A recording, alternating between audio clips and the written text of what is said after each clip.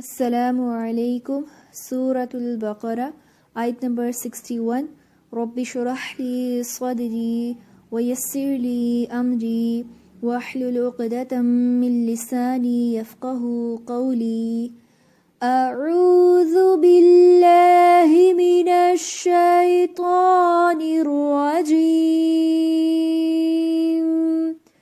بسم اللہ الرحمن الرحیم۔ وَإِذْ قُلْتُمْ يَا مُوسَىٰ لَن نَّصْبِرَ عَلَىٰ طَعَامٍ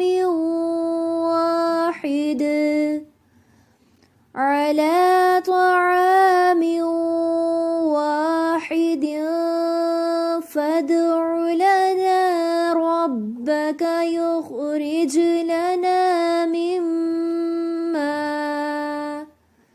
مما تنبت الأرض من بقلها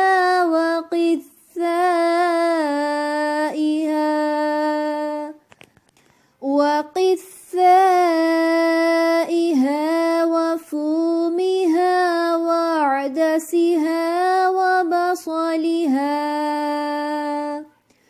قال أتستبدلون الذي هو أدنى بالذي هو خير اهبطوا مصرا فإن لكم ما سألتم وضربت عليهم الذلة والمسكنة وباءوا بغضب من الله ذلك بأنهم كانوا يكفرون بآيات الله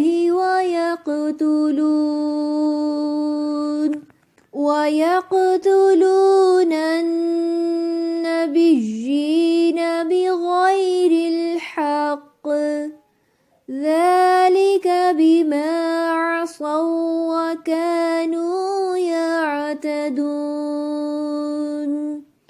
اور وہ وقت بھی جب تم نے کہا تھا کہ اے موسیٰ ہم ایک ہی کھانے پر صبر نہیں کر سکتے، لہٰذا اپنے پروردگار سے مانگیے کہ وہ ہمارے لیے کچھ وہ چیزیں پیدا کرے جو زمین اگایا کرتی ہے، یعنی زمین کی ترکاریاں، اس کی ککڑیاں، اس کی گندم، اس کی دالیں اور اس کی پیاز۔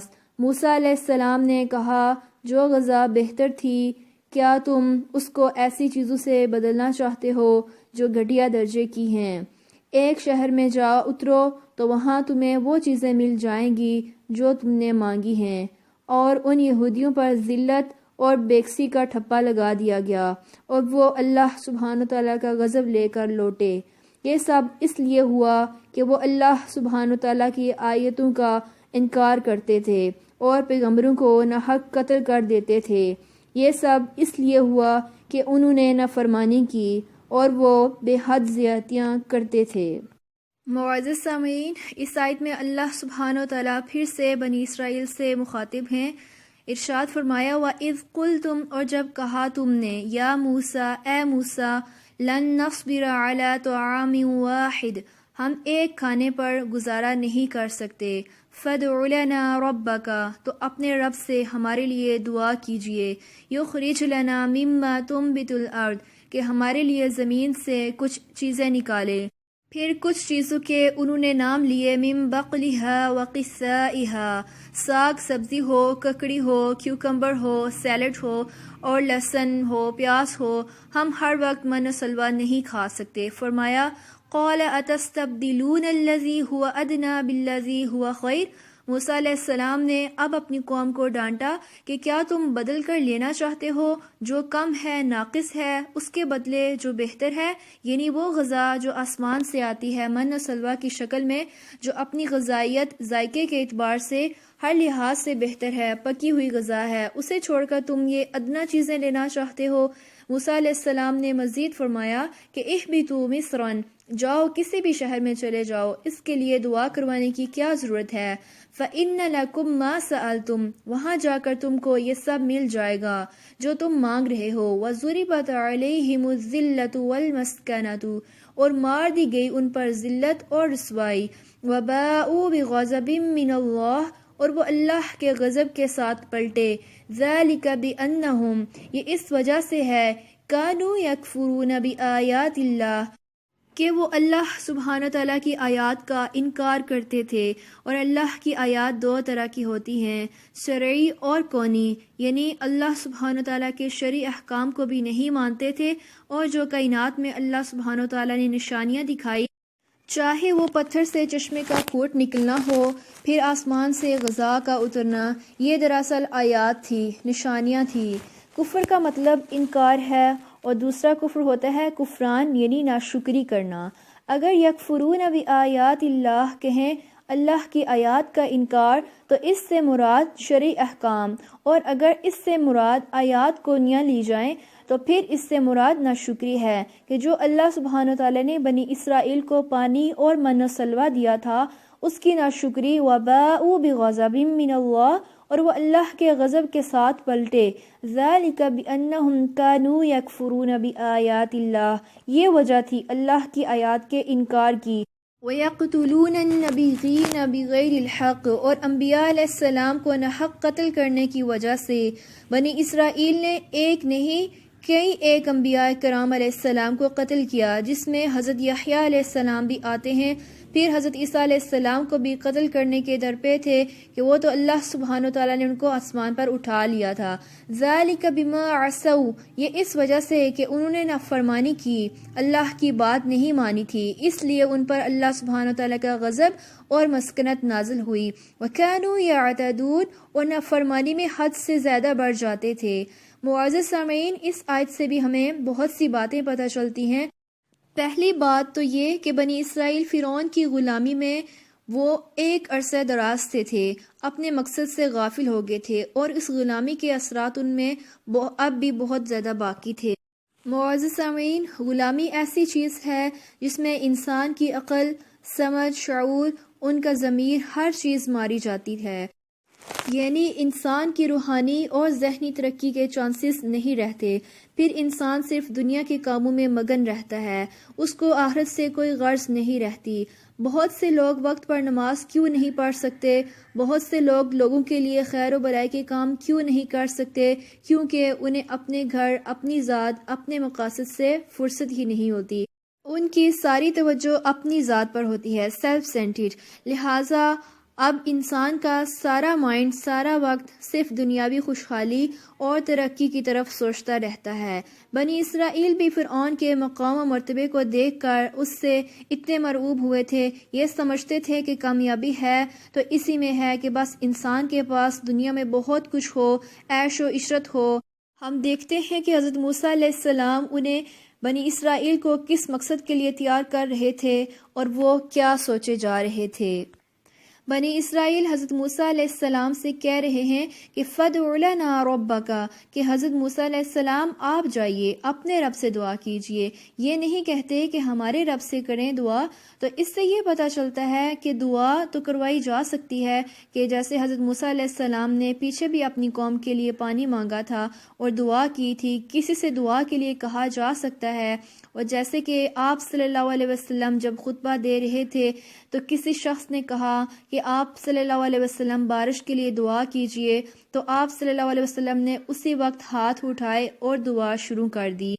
ایک اور موقع پر آپ صلی اللہ علیہ وسلم نے فرمایا کہ میری امت کے 70,000 لوگ بغیر حساب و کتاب کے جنت میں جائیں گے۔ تو ایک صحابی عکاشہ بن محسن بیٹھے ہوئے تھے، وہ کہنے لگے کہ اے اللہ کے رسول صلی اللہ علیہ وسلم، میرے لیے دعا کیجئے کہ میں بھی ان میں شامل ہو جاؤں۔ تو آپ صلی اللہ علیہ وسلم نے فرمایا کہ تم انہی میں سے ہو۔ ایک اور نے سنا وہ کہہ رہے ہیں، تو انہوں نے کہا کہ آپ صلی اللہ علیہ وسلم میرے لیے بھی۔ تو آپ صلی اللہ علیہ وسلم نے فرمایا کہ بس عکاشہ نے مانگ لی، تو جس نے پہل کی اس کو مل گیا، یعنی دیکھی بہت سے لوگ شروع کرتے ہیں، لیکن اصل نیکی وہ ہے جو وقت آئے اور انسان کر جائے۔ بہرحال بات یہ ہے کہ کسی بھی موقع پر کوئی بھی اچھی چیز دیکھ کر اپنے لیے دعا کر سکتے ہیں۔ اگر آپ کسی کے پاس کوئی نعمت دیکھتے ہیں تو بجائے اس کے کہ آپ جلنا کرنا شروع کر دیں، حسد کریں، غیبت شروع کر دیں، اس کو لیٹ ڈاؤن کرنا شروع کر دیں، تو اس ٹائم وَاسْأَلُوا اللَّهَ فَضْلًا، اللہ سبحانہ وتعالیٰ سے اس کا فضل مانگنا چاہیے کہ اے اللہ آپ نے اس کو دیا ہے، آپ مجھے بھی دے سکتے ہیں۔ جیسے ہم دیکھتے ہیں کہ حضرت زکریا علیہ السلام نے مریم علیہ السلام کو دیکھ کر کہ جب انہوں نے دیکھا کہ حضرت مریم علیہ السلام کے pass out of the world چیزیں ہیں، تو یا رب تو مجھے بھی اولاد عطا کر۔ ہنالک دعا زکریا، وہیں حضرت زکریا علیہ السلام نے دعا بھی اپنے لیے مانگ لی۔ تو ہمارا بھی طریقہ یہی ہونا چاہیے کہ جب ہمیں کوئی بھی چیز اچھی لگے یا ضرورت پڑے تو انتظار نہیں کرنا چاہیے کہ اچھا میں پھر دعا کروں گی، نہیں، دیر اینڈ دین اسی ٹائم دعا کریں۔ پھر بنی اسرائیل دعا بھی دیکھیں کس چیز کی کروا رہے ہیں، یعنی ہر قوم کی، ہر شخص کی جو دعائیں ہوتی ہیں وہ دراصل اس کی شخصیت کی عکاس ہوتی ہیں۔ کون کیا مانگتا ہے، جس کی سوچ جتنی بڑی ہوتی ہے وہ اتنی بڑی دعا بھی مانگتا ہے، اور جن لوگوں کی نظر اس دنیا کی کسی چیز پر نہیں ٹکتی وہ صرف آخرت مانگتے ہیں۔ ربنا آتنا فی الدنیا حسنہ وفی الآخرۃ حسنہ۔ کوئی کامیابی نہیں جب تک کہ آخرت کی کامیابی نہ ہو۔ بنی اسرائیل من و سلوہ کو ٹکرا کر ساگ، ککڑی، پیاز وغیرہ کی دعا کرواتے ہیں حضرت موسیٰ علیہ السلام سے، لیکن ہم دیکھتے ہیں کہ حضرت موسیٰ علیہ السلام کو یہ بات کچھ اچھی نہ لگی اور انہوں نے دعا نہیں مانگی، اور اس کے بجائے انہوں نے سجیسٹ کیا کہ اچھا جاؤ کہیں اور کسی اور شہر میں چلے جاؤ، یہ چیزیں تو دنیا میں ہی ملتی ہیں، حلال ہیں، لیکن تم سوچو تو صحیح کہ تم کیا کر رہے ہو۔ اتستبدلون الذی هو ادنی بالذی هو خیر، اچھا دے کے گٹیا کم تر چیزیں لے رہے ہو۔ یعنی اللہ سبحانہ و تعالیٰ نے بنی اسرائیل تم کو من و سلوہ دیا، تم اس کے بدلے میں یہ چیزیں طلب کر رہے ہو۔